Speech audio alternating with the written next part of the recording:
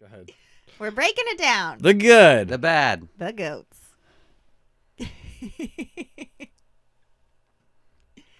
How long do you pause like that? I don't know. For comedic effect. Oh. Okay. So what are we here to do, guys and So- girl? First podcast. Genius idea on my part. I'm Rachel, and I will be taskmastering this podcast because I'm the most efficient, clearly. And I married Matthew, who turns out when I married him got a BOGO, buy one get one free, and got a little brother out of it, Uncle Leo. And another little brother, Andrew. Yeah, but he doesn't live on the farm. Yeah. And is he your little brother? Technically? Yeah. Like by a week, like a week. Oh, yeah. Yeah. You guys are both pretty old. But, so what's this going to be about? Why are we here, Matt and I? We're very confused. Rachel wants to let every one of her followers and fans and people who buy her cheese know about our farm and what happens in a small farm, a small dairy, and how it works. There's going to be a lot of tangents. There's going to be a lot of things that happen because I'm here, and Rachel's going to try and be There's the gonna one be a lot who of makes sure that censoring. doesn't happen. Yeah. So if you see a lot of jump cuts, It's Matthew. yeah, true. So, I'll taskmaster this since it's my claim to fame. We're Grade A Goat Dairy. We make ridiculously fabulous goat cheese at Lost Peacock Creamery. And all three of us have very big, very important, no one's role is more important than the other job on this farm. And so we thought it would be a really cool idea Yeah, that's not true. to oh, I see how this podcast is going to go. We thought it would be a great idea to provide an inside look at the dynamics of a working farm that makes a living wage for its farmer, that provides incredible food for its community, and that is restoring hope to a burning planet. Yeah, well said. Thank you. So we just wrapped up our 2019 season. It was our third season making goat cheese. And it's the first season that I was a full-time farmer. I left my corporate job in January and haven't gone back yet. Thank you. Thank you for supporting me and allowing me to leave. So that's great. Matthew still works one day a week as an ER nurse, but that's because student loans are real bad and a crime against our country. But we won't go there today. So we ended up the season 381 batches of cheese made, 44 goats milked Well, twice a we day. have made a total of 381 batches of cheese. Right, in 3 seasons. Yeah, thanks for clarifying. 3 seasons. Yeah. And 44 goats twice a day. Weekly road trips up to Edmonds, working our way down the I-5 corridor, spreading joy and cheese as we went. So this is kind of a 2019 season wrap-up, and I wanted to go over what each one of you guys' favorite moment of the season was. Leo. Leo, do you have anything in mind? Otherwise, I'll start because you just heard it. Yeah. Yeah, I don't do moments, like I don't do singularities like that. So I'm just going to talk about a couple of things. My favorite parts of the season, the hardest parts of the season, the biggest challenges, and my favorite parts. I mean, there's a lot of ways to look at it. The first thing that came up for me is like the worst part of the season is when goats are giving birth. There's like 40 to everywhere. 50 goats giving birth, sometimes 10 at once. Sometimes you need to go in and pull goats out from their mom. There's a lot of health issues that occur during that time of year. It's really stressful to like figure out how to treat a goat. We have an awesome vet who's not always available and at our disposal, but he's a very helpful resource. But vets aren't the same as doctors, and they're not always able to make it out on time and treat the animal exactly like you want them to. And also you have to make economic decisions, not just decisions that are bleeding heart when it comes to saving your goats. So That's a hard time of the season. One of the best times of the season is stopping milking because it's a grind. Milking goats, making cheese. Like, we're not only milking the goats, which takes up a lot of time, and feeding the goats and tending to their health and every need, watering them, making sure they're healthy, looking over them every day. We bedding, making sure their bedding situation is perfect. In addition to that, we have to make cheese out of all that milk and package it and make it shelf ready, which is a ton of work. And so it's nice to have that be done, especially by the time we're done with the season. The goats are done with the season. They're kicking. They hate coming up to be milked the last week or two. Their udders aren't what they should be because their bodies are starting to say, okay, I need these excessive nutrients and I need to give them to my baby. So, yeah. And then one other thing, the hard parts of the season, besides like the typical cyclical stuff, I'd say it's like when things break. So we had our milking, our pulsator. If any dairy people are listening, you'll know what a pulsator is because every milk vacuum pump has a pulsator when you're milking goats. Ours, we tried to kind of modify it. It didn't quite work. We tried to fix it. It was a big pain in my butt. It was something that I spent a lot of time working on, but we ended up successfully making the modification, but there was a lot of painstaking events. So in a little microcosm, that was the best and the worst part of the season for me, because the worst part was when it wasn't working properly, and the best part is when I made it work properly, plus a little bit extra, it worked even better than before. And the best part was when I fixed everything. So I think this is worth noting that I asked what was your favorite part of the season, and Matthew immedately jumps in on his least favorite part of the Three season. of the least favorite things. You know what? So that's Matthew in a nutshell. Right Well, no, there. his favorite No, things the were favorite when part was when shitty it's things over. stopped. Yeah. Is his favorite thing. Yeah, when we stopped milking. When we stopped And when doing our job. stop bathing Yeah. or stop the birthing stopped. Which Yeah. is interesting as King. well because It's hard work. you know, you're a nurse and everyone thinks that you would love the birthing part, and Yeah. you're actually super scarce during those times. Well, it's because you and your mom are Mm. Yeah, super thank goodness for my take mom. all that stuff and tell me how to do it, and you're a little bit, I think I like to let nature take its course a little bit more, and sometimes, most of the time that's the right decision, but sometimes it's not. Mhm. And that's where hopefully you or your mom is around to help save the day. Yeah, that's one of my favorites. I want to be there for every single birth. Yeah, so is that your favorite time of year? No, my favorite moment. Remember, I asked for a moment. He doesn't do moments. Yeah, who knew? Singularities. You know, I'm learning this the longer we're together. You're just not sentimental. We were looking at I was looking at baby pictures of our kids last night, and I was like so happy because they're so cute. And Matthew was like, I just saw them like 5 minutes ago. I can't get into this. So yeah, I think that's pretty universal for most dudes out there. Not that I'm proud of it; it's just how it is. So, anyways, Well, you're the old generation of guy. Yeah. You're slowly being Yeah. replaced by 38. sentimental. Yeah. we're both. I mean, you and I are both not boomers. We're both not. You're a Generation boomer. X.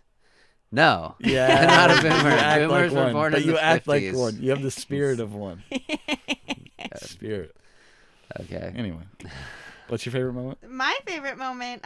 So I deliver the cheese. I take the cheese. It's like a 7-hour round trip from our farm all the way up to Edmonds, Pike Place Market, Seattle, Bellevue. You know, whoever ordered cheese that week, I get in a little truck, and Zach, the border collie, my best friend, we deliver the cheese. And every week we stop at Pike Place Market, which, I mean, I'm pretty sure everybody knows Pike Place Market. It's a pretty bustling, incredible place. It's full of life. There's a lot of tourists, but the longer I started to deliver there, the more I got to know a lot of the inner workings of Pike Place Market. You know, the fishmongers have their own personality. There's the people selling things The that have their own cops. personality. The cops, The street cleaners. the street the street firemen. performers. Entertainers. I did get a fireman's Buskers. phone number, so that was great for me. But I threw it away. I threw it right away. I didn't even look at it. I was like, "What?" So the one guy who was the highlight. This is, I don't know what this says, but this is my highlight. So there's a parking attendant, and it's hard to find parking at Pike Place Market because there's just a ton of people and there's a ton of cars. So you kind of have to like circle around until you find one. And I drive a huge truck, so it's a little hard. But every time I park, the parking attendant comes along and like immediately notches your tire because you're only allowed like 10 minutes to be in those spots. And every time I say something like, "Hello, good to see you. How are you today?" And every time he just ignores me, like weeks and weeks of being ignored by this man. Like no smile, no acknowledgement, no nothing. And then one week I made a joke, and I don't even remember what the joke was. It was probably terrible. And that man laughed at me. And I was so happy because it was like I'd broken through and we were like cool now. And I just so you thought. I felt like I'd made it. I was like on the inner circle of vendors delivering to Pike Place Market. So that was pretty exciting. The next week, I said hi to him again though, and he ignored me. So it's not like a long-term relationship, but that one time was cool. I enjoyed getting to see him smile. I didn't even know he had teeth. So that was cool. I enjoyed the fact that we had a moment. Nice. And it was the cheese that brought me there. It's beautiful. Maybe you'll run into him again. Maybe. I mean, he won't acknowledge me, so it doesn't really matter. Maybe he's a fan of the podcast. Hey, parking enforcement guy. Laugh at more jokes. Leo? What was my favorite moment on the farm?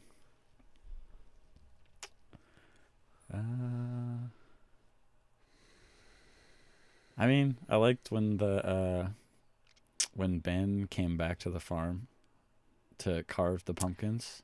So we do camps. We do spring break camps and summer camps on the farm, and Uncle Leo is what I call him because we have kids and he's our kid's uncle. You are also welcome to call him Uncle Leo, though. He's kind of like an Uncle Buck character. You're just Uncle Leo. Like this?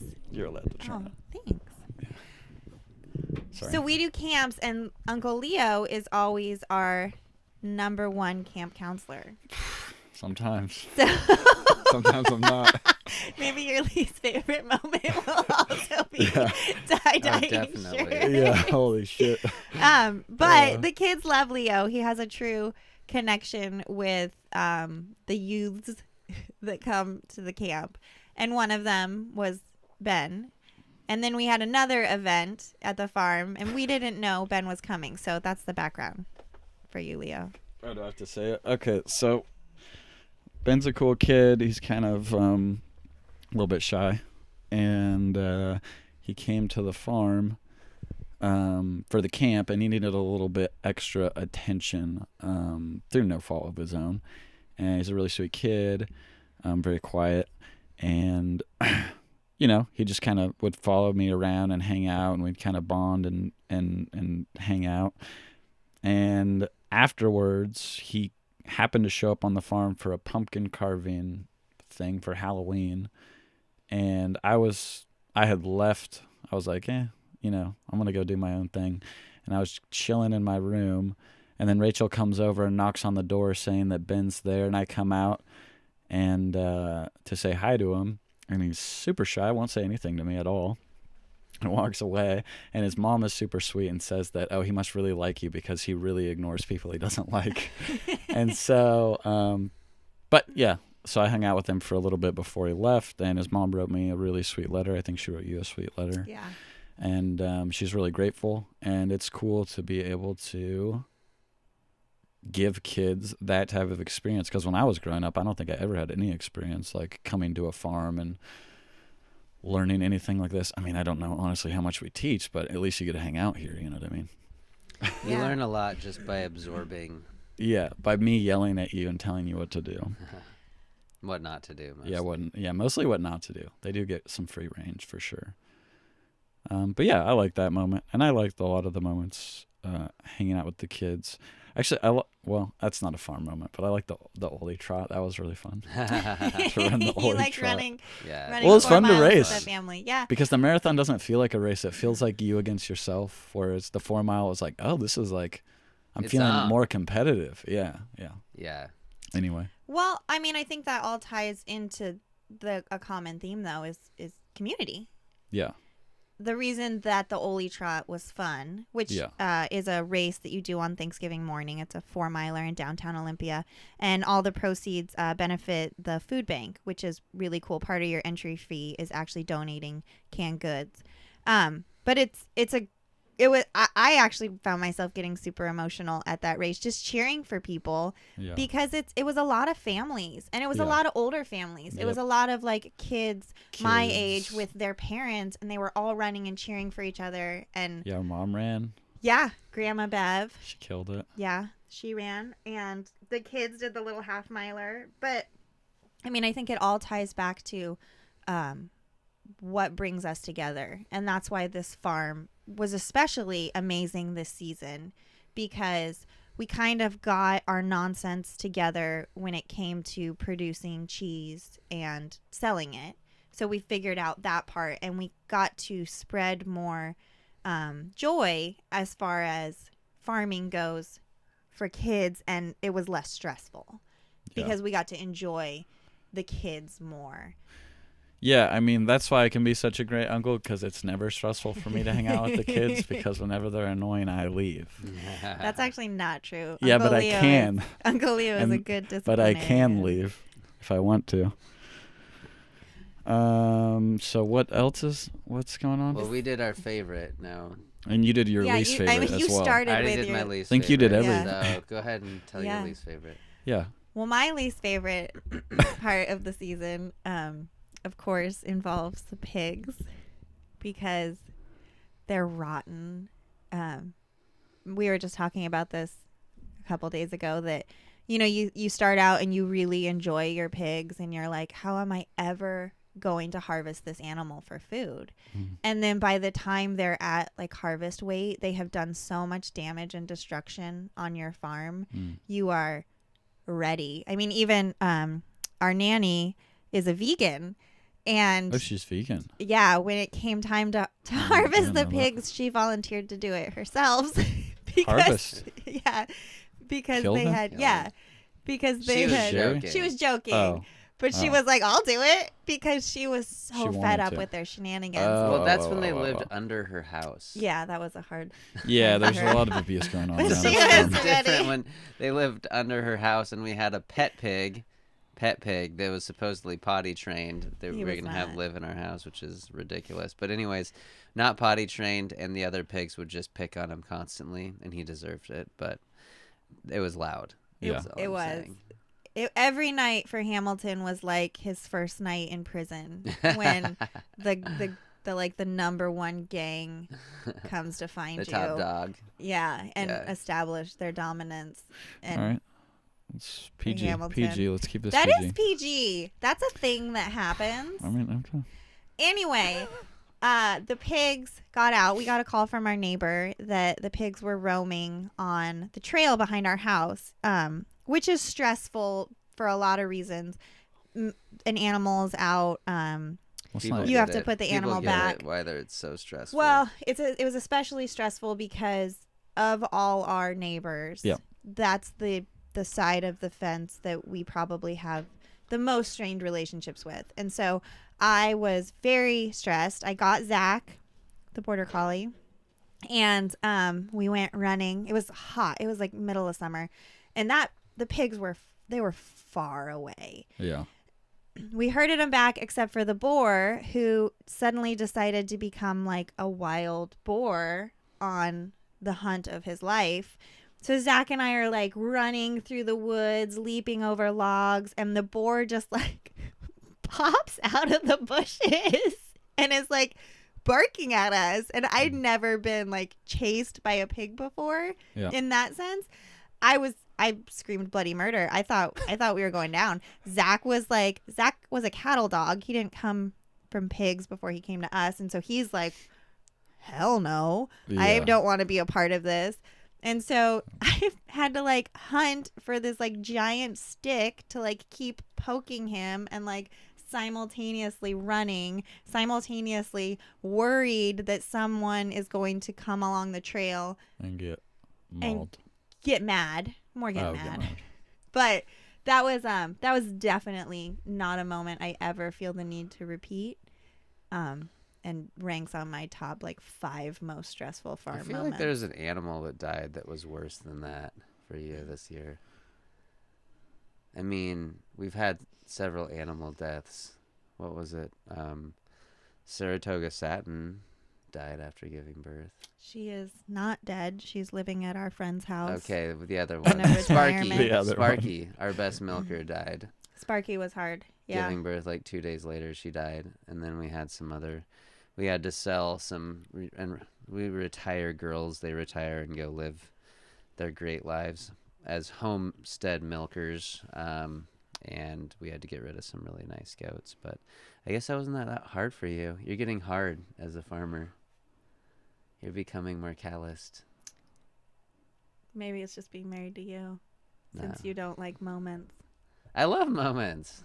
What about the pack goats? Did they leave this year? Yeah, they went to an awesome new home. Good. Yeah, with Cool. it's a father son, and they had an adult child who was in his 20s or Father 30s. son. Or no, sorry, a wife. husband wife who had an adult son who he was on the spectrum of some sort, and he came to the farm and met we had a pair of pack goats that were actually our first goats. But we just never pack with goats anymore. We have horses and we go in the backcountry, and it just didn't make sense. They had a really crappy existence here because they were fine. They were just existing, and they were really meant to be someone's main pet. And so they went to go live with him, and he, I guess, is thriving with them in his life. That's good. Yeah. Do you have a least favorite moment? Oh, man. Is there only one? Let's see. What was the worst moment? I mean, that one was definitely not that great. Yeah, the tie-dye. The end of my rope. So basically, this is how summer camps work. Is they're very loose and fast. And this year we had more kids by quite a bit, probably like by 30% more kids. Because I think the other years we only ever had like 12 kids, and it was for 5 days. And this last time it was like almost 20 kids. And I had a breakdown. What was my partner? Nervous breakdown. Yeah, nervous breakdown for sure. On the border of nervous breakdown.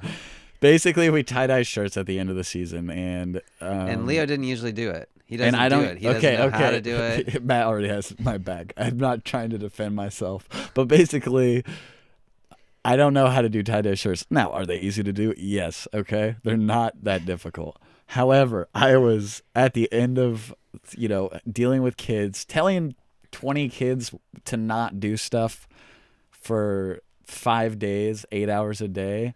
It's just, I get tired. And so I like doing it, but I get tired. So it's the end of the day, and we're rushing, as always, on the farm to get a bunch of stuff done before they leave, because we have to tie-dye them before they leave. And I cannot get the stencil right, and I'm pissed that I have to do it at all. And so I'm just doing it. And then I'm like, I can't do this. I'm like going to Rachael, this isn't going to work, blah, blah. I'm like, oh, just do it like this. Do it like this. All right, fucking, I'll do it like this. And I try it the other way. And then eventually I'm just like, no, I can't do this. Someone else needs to do this. And all the kids at the table start chanting at me, "You can do it, Leo. You can do it." Leo. And I literally Leo. just walk away. And you know what? That's a good strategy. That is a great strategy if you're about to freak out, because walking away, you don't say anything mean, you don't do anything you'll regret. You just walk away, you leave it there. It'll figure itself It's not out. optimal. Like optimally, you Sure, would have it's been not able to do optimal. it with a smile on your face. It's not optimal to have a. Okay, you're the But- king of walking away from things. But it's all the better. time. I'm not criticizing. I'm just saying, but But- it's better than Yeah, than having physical a violence. Okay, hold on. Never. I would hey, never parents who send us their physical kids. violence. No, We I'm would not never talking about you resort to that. specifically. I'm But talking about like, but overall, it was a good. or like lesson slamming learned. things or breaking things. Yeah. I mean, Yeah, which is my go-to. Yeah. Slamming things, not yeah. humans or animals, but It's- like hitting something with a hammer, Well, okay. like a building. But anyway, it was it was just managing stress better. So for the next one, it was learning to manage stress. And better. also making decisions like you had a coworker, a co-counselor that had very little experience Yeah, / no experience And gets in that overwhelmed. setting. Yeah. Has as its own well. That issues. camp was a learning experience. I feel like We had a lot of moving parts. We kind of set you up for failure on that one. It's fine. But- I'm used to it. Um. I'm just kidding. All right, so we got through best moments, worst moments. Yeah. So now here's the PSA for all the parents who send us their kids for camp. Mhm. They are designed to be loose and fast because unstructured play is something that we really feel kids don't get. And so I always tell parents that, camping is a little bit like Lord of the Flies. Okay. But like in Where's a this super going? positive Because way. Lord of the Flies, a lot of kids No. die. Well, She means it in a I different mean- kind of I way, mean I it in a think. way- Well, where- he's a different buck, where right? kids get to be the masters of their domain on the farm. And we all I know what think- happens in Lord of the Flies. Okay, well, it's supervised Lord of the Flies. Yeah. But we live in a society that is pretty structured, and most kids are pretty structured. They and through no fault of their own and no fault of the parents, but we kind of think as a society that my kid has to be in music lesson, has to be taking a language, has to be Yeah. taking at least a All sport. their time. All their time is scheduled, and it's tedious. It's tedious on the brain. It's tedious on the parents. I don't know how parents do it. Shout out to all the parents with kids and activities. But when they come to camp, we have very definitive, chores. Chores are non-negotiable, obviously, because you're here on a working farm and you have to help the animals survive. Chores are non-negotiable. We milk every day. There's always some sort of like craft or adventure, Farm skills. farm A walk, lesson, farm skill, yeah. some sort of lesson. But We carded wool last time, or we cleaned wool We last cleaned time. wool, yeah. And we're actually spinning that right now. But one of the best things about this camp, and I think why parents keep sending their kids back, there's a lot of free time. A lot of free time. There's a lot of time to go in the woods and Yep. figure it out. There's a lot of time to build your own relationships without an adult telling you how to build a relationship with Yep. a new friend or solve a conflict. And that's another thing. We teach them to solve conflicts We by do. saying this. Is this something I need to figure out, or is this something you guys can figure it out if you really can talk about it? And a lot of the time they can figure it out, and it's not a big deal. And that is a huge life lesson Yeah. because kids learning to socialize. And it seems like, if we're on the topic of camps, which we are, a lot of kids who don't do well in school happen to do well at the farm camp. So we have a lot You're of talking parents about behaviorally, just like what they enjoy. We've found that a lot of kids who don't thrive at school thrive at the farm camp, and their parents are always so excited that their kids do well at our farm. And what do you know? When kids aren't sitting around for 6.5 hours a day, they actually enjoy themselves a little bit Yeah. more. There's a lot of problems with our society, and I think we're going in the right direction in a lot of the ways we're solving problems. One of the problems is our educational system. We make our kids sit around all day. and we wonder why we have so many health problems related to sedentary lifestyle. So a farm is a really good antidote to that problem. Even when you're feeling bad, you have to get up and do chores. Even when you're feeling your most lazy self, or you stayed up way too late the night before, it really promotes sleep, it promotes activity, and yeah. And connection to nature. I mean, these kids, when they first walk onto the farm, if they've never been here, are like, oh, there's poop everywhere, and oh my Yeah. God, goats, and petting them up. It stinks. And by day 3, they're so excited to look for eggs, to pet the goats, to play with all the animals, to do the chores. Like, very few of the kids don't want to participate in even the things that are considered chores. And it's such a quick turnaround. And I think, kids really want to learn. One of the things they were so excited to look at was Matt butchering a goat. And, we got permission from all the parents, and most of the parents said, yeah, if my kid wants to, they're more than welcome to watch. And we have a lot of vegetarian parents. And they were So excited. I mean, the kids were excited to watch this process, and kids don't see that. If you ask a kid where a hamburger comes from, at least if they're young, they have a hard time connecting McDonald's. Burger to cow. Like, that process doesn't really compute. So for them to see that, it's awesome, and they really like it a lot. And so that to me is something that's really interesting, because I'm even captivated by butchering, as we've talked about a lot of time. That's my Why top don't you for help more with 2017. Watching, I like watching. Whatever that guy's name is. Anyway. Didn't you have that conversation with the I kid? did, yeah. That's Sissy. So we have a 6-year-old in school. We call her Sissy. She recently went to a pumpkin patch for a field trip, and I chaperoned, and I ended up not sitting next to her. I was sitting next to another little girl, and out of nowhere, she turns to me and she says, "Do you like McDonald's?" And I said, I used to, but the more educated I get on, what kind of meat is going into. She was speaking in kid language, though, not educated. She didn't say that. Right. But I said, the smarter I get about where food comes from and what kind of life that animal led before it became a McDonald's Happy Meal, the less I want to support that industry. And she said, she just like deadpanned me, and she goes, "No, but do you like McDonald's?" And I said, "No, I don't." And she said, "What about chicken nuggets? Do you like chicken nuggets?" And I said, "Well, I mean, not if they're coming from McDonald's." And she said, "Well, that didn't used to be an animal." And I said, "Oh." I said, "No, it did. It was a chicken, the chicken nuggets." She said, "No, they just look like that. They're just, that's what they are." And I said, "No, it had to be something before it became that." And I said, what do you think a hamburger? Where do you think a hamburger was before it was a hamburger?" She's like, "Oh, it just is. It just is a hamburger." And I said, "No, that used to be a cow." Yeah. And so, as a meat eater, I think you have to ask yourselves, what kind of life did this thing live? She was looking at me like I was from Mars. Oh, yeah. That I had no idea what food was and no idea what I was talking about. And that's not her fault. As a society, I think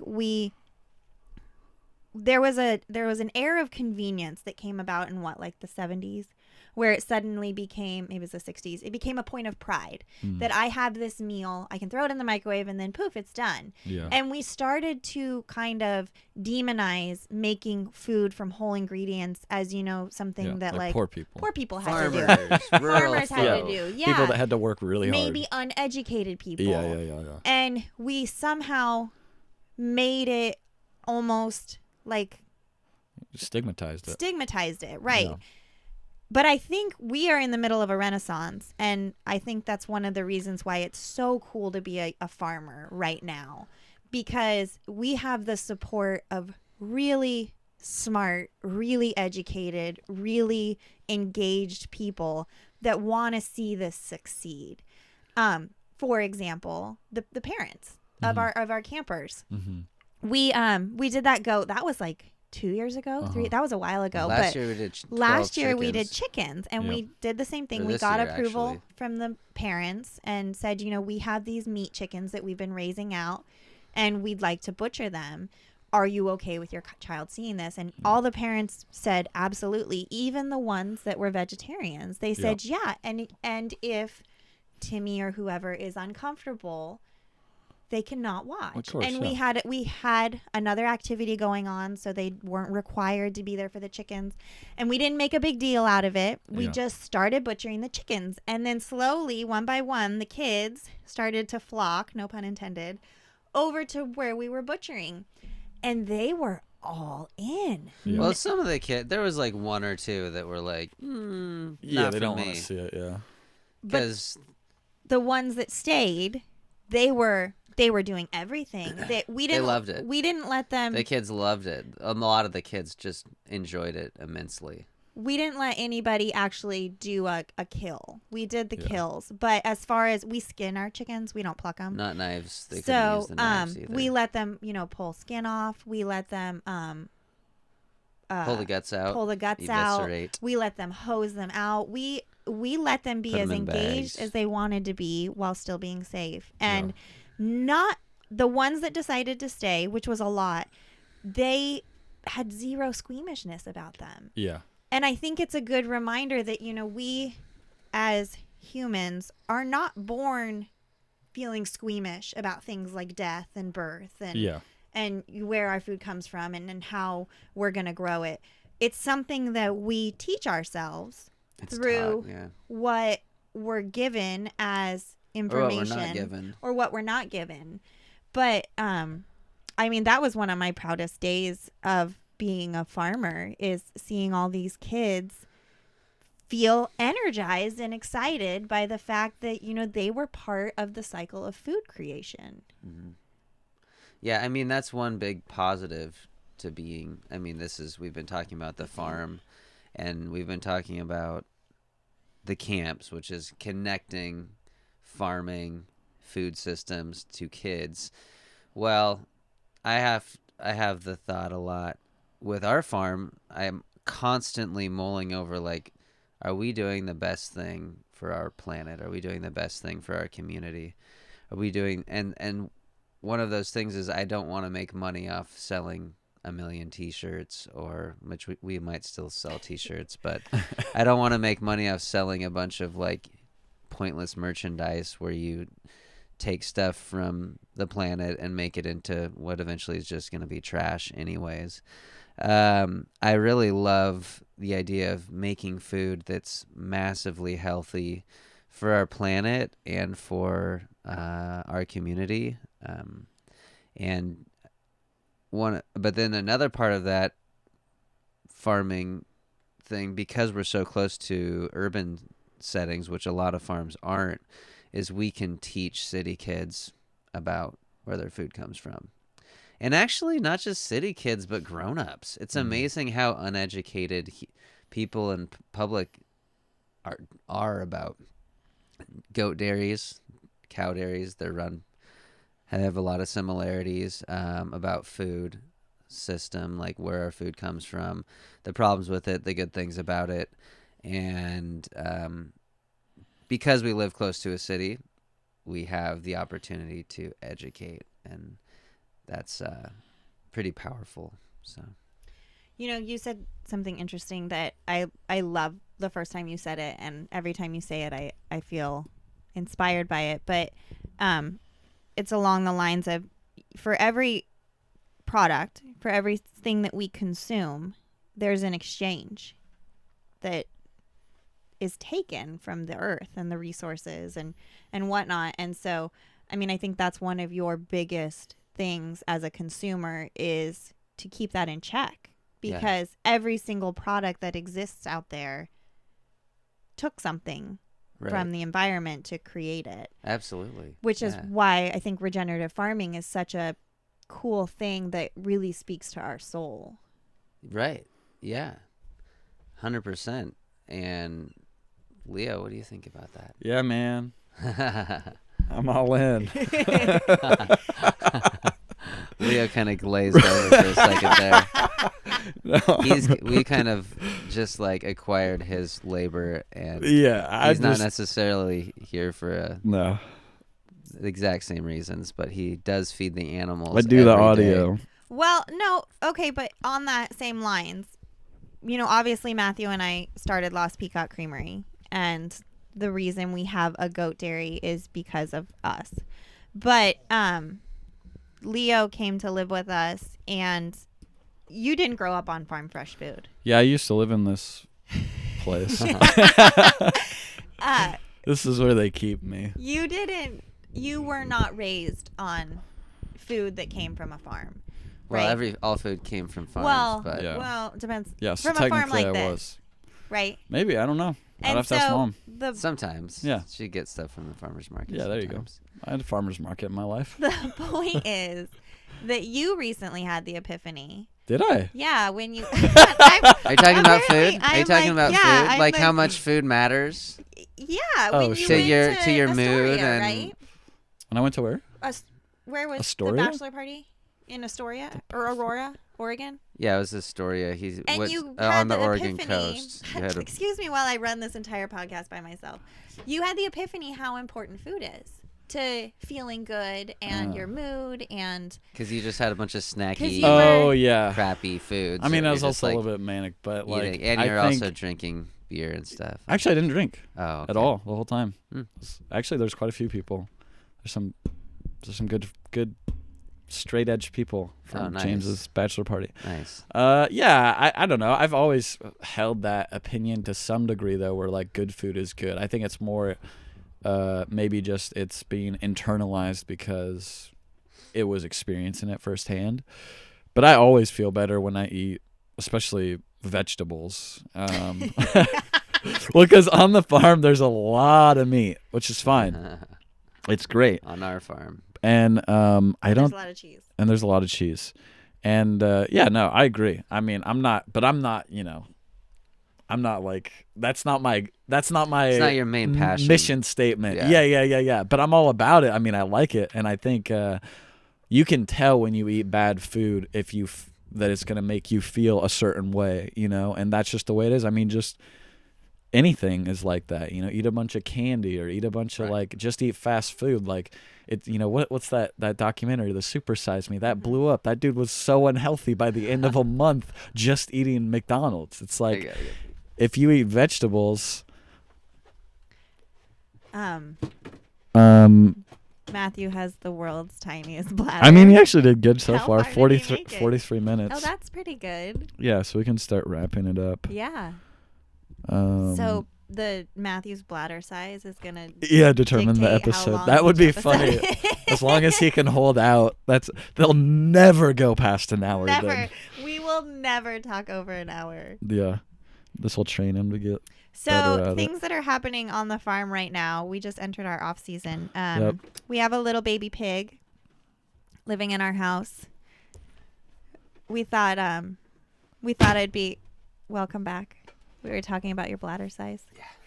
We thought it would be fun to have him here, but he roots and barks and moans all day long. Very all loud. night long. So it Squeals. it would be not appropriate. But we got this little baby pig that we now are committed to raise for 6 weeks in our house because the age gap is too large between the pigs that are out there right now, the piglets that are out there right now, and him. So that's So we're stuck with him. what we're doing Does on anyone our want off him? season. Yeah, if Give you a anyone good wants deal. him, hit us He's up a in the great pet comments. pig. He's very cute. He's super cute right now. He will get large Not though. He's cute. not a mini pig. Don't fall for the gimmick. I think I get a message a week of people wanting to send their previous mini pigs to the farm. They're very sweet. They're house trained. They're all these amazing things, but pigs really don't make great pets for the long term. Especially when you have giant stairs going up to your house. 'Cause Yeah, that we means have- you have to carry them up and down. that was a challenge. And then Matthew has got a little bee in his bonnet and taken up spinning. So that's pretty cool. For those of you who don't know, spinning is basically knitting. Oh, No, not it's the making cycling. wool into yarn. Not the cycling. Basically something. Making fiber, animal fiber into yarn. So Matthew is focusing on that, and we have a kids' day camp coming up, which is really exciting. We promise to keep your children alive, even if you're concerned after listening to this podcast. I am an ER nurse. And 1 day a week. No, One day. sorry. It's true. could still start an Hopefully IVN, less in the future. So this was it. This was our first attempt at starting something that we hope gives you a closer inside look at what's happening on a working farm, and we would love to hear your feedback. So If it's good. yeah, honestly, if you don't have positive feedback, like Actually, Just give us critical a thumbs feedback down. is great. Critical but feedback, Constructive. We're not at that stage am in cool the with. podcast where we're like Constructive. needing, like, a lot of criticism. We're at that stage where we know that there's a lot to do. Okay? A lot to this work is on. like we got a trailer and we set crap up in here. There's some and, lights. Yeah, like we have lights. They're not even video lights, I don't think. Are no, they? they're No. mom's sewing lights. Yeah, they're sewing lights. But they're quality. From the mom-in-law, well, her mom. So, but we have a lot of cool stuff to talk about. We have a lot of stuff that we're really passionate about. We want to have guests on eventually. We want to, and we also want to just put the farm out there to the world a little bit more, do some more videos and stuff like that, and just get more content out there so that people can connect. Hopefully connect with us, and we can connect with farmers, homesteaders on all levels, and even people just who eat food. Oh, that happens to be everybody. Yeah, because we we are passionate about this farm and what we are doing, and we really hope to get other people excited about it. So if you have any suggestions for things you would like to hear us blither on about, leave a note in the comments. And Subscribe.